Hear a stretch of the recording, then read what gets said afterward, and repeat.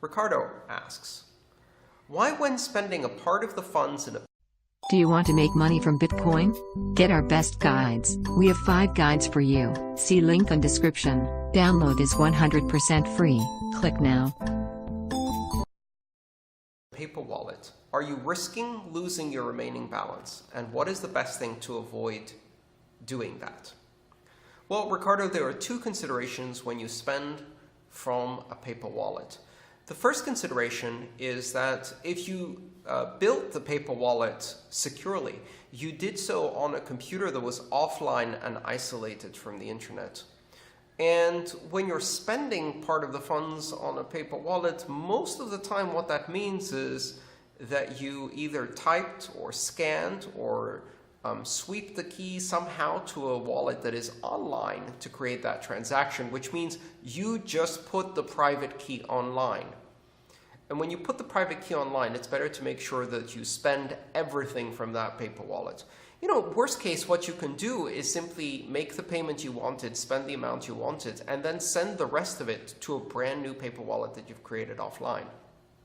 But what you don't want to do is believe that you still have a secure paper wallet, even though the private key has now been on an online system. So that's one concern. The other concern is that many wallets use change addresses in the background. And so what will happen is you'll do a transaction spending from the paper wallet. The private key and the UTXO that's in that private key on the paper wallet is probably a single UTXO, or a single output as it's known. Now, when you spend from that, unless the amount is exactly what you want to spend and you want to spend all of it, if you spend less, then your wallet's going to generate change. And if it generates change, where does that change go? Well, it doesn't go back to the private key on the paper wallet. It goes to a different address. And that different address is probably a wallet address. So effectively, you've just moved the money from the paper wallet to the wallet you used to spend part of the amount. And if you didn't send the change on purpose to a new paper wallet, you've effectively moved the money online as well to a key controlled by an online wallet. So again, you're no longer operating cold storage. You've turned it into a hot wallet. Best to spend all of it and direct any change very explicitly and deliberately to another paper wallet if you want to keep it secure, and only use a private key from a paper wallet once to move everything. Here's the thing, and just one final thought on that. Because of these complexities, because of how difficult it is to manage paper wallets securely, because of how difficult it is to create paper wallet security, and we're going to talk about that in another question, paper wallets are not as good as hardware wallets for the vast majority of users. Someone who's very technically sophisticated and has a very good understanding of the security implications and Bitcoin technology can create a very secure paper wallet. In fact, a paper wallet can be more secure than a hardware wallet if generated correctly. The problem is that the vast majority of users who are likely to use that technology do not understand the technology well enough and do not have the necessary skills to implement the security correctly. So as a result, what they'll end up doing is creating something far less secure. It's very difficult to securely create a paper wallet offline and to maintain that security. The reason hardware wallets are more secure is because they offer ease of use, where the security can be achieved by someone who's not a technical expert. Nicola also asks, how can a paper wallet be generated offline? Well, Nicola, paper wallets are basically just keys printed on paper, and keys themselves are just numbers. And you create private keys by simply picking a number at random, or having your computer pick a number at random. You don't need to be online in order to register keys or produce keys, because no information is exchanged between you and the world in order to produce these random numbers. As I've said before, On a theoretical level, you could flip a coin 256 times, write down the binary digits, and you have a Bitcoin key.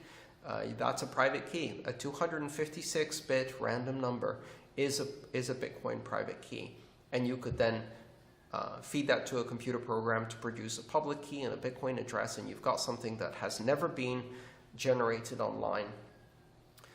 Now, one of the difficulties with generating paper wallets is for them to be secure, you have to generate them on a computer that does not touch or has never touched the internet, an air-gapped machine, and then print them to a printer that has no memory and has never touched the internet either. This is an almost impossible task for the vast majority of users. It's almost impossible to create this magical disconnected air-gapped computer and the magical disconnected air-gapped memory-less printer nowadays, which makes it very difficult to actually implement paper wallets in practice. It's almost like the instructions for creating a perpetual energy machine. Step 1, obtain 1 kilogram of the substance unobtainium. And that's all you need, but you can never obtain it. Generating a paper wallet offline. Step 1, obtain a computer that has never been online. Okay, that's pretty hard. And then initialize that computer with the necessary software without connecting it to the internet. And never connect it to memory, storage devices, or media that come from a computer that has been online. That's pretty much impossible. So now you have all kinds of problems. We know that USB keys can be infected. Ideally what you'd want to do is generate a read-only medium such as a CD-ROM perhaps.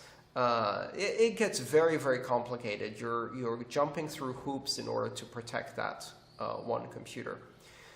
You know what kind of computer has never been online and can generate keys for you? A hardware wallet. That's basically what the hardware wallet is. So if the instructions for making a paper wallet start with build your own hardware wallet, which is basically what we say when we say create a computer that has never been online, an air-gapped computer, or configure such a computer, what we're asking people to do is essentially build their own hardware wallet. So I would just go with step 1, buy a hardware wallet. Step 2, write down the seed that appears on screen, and that's your paper backup. That's all you need. Much easier, actually achievable by most users.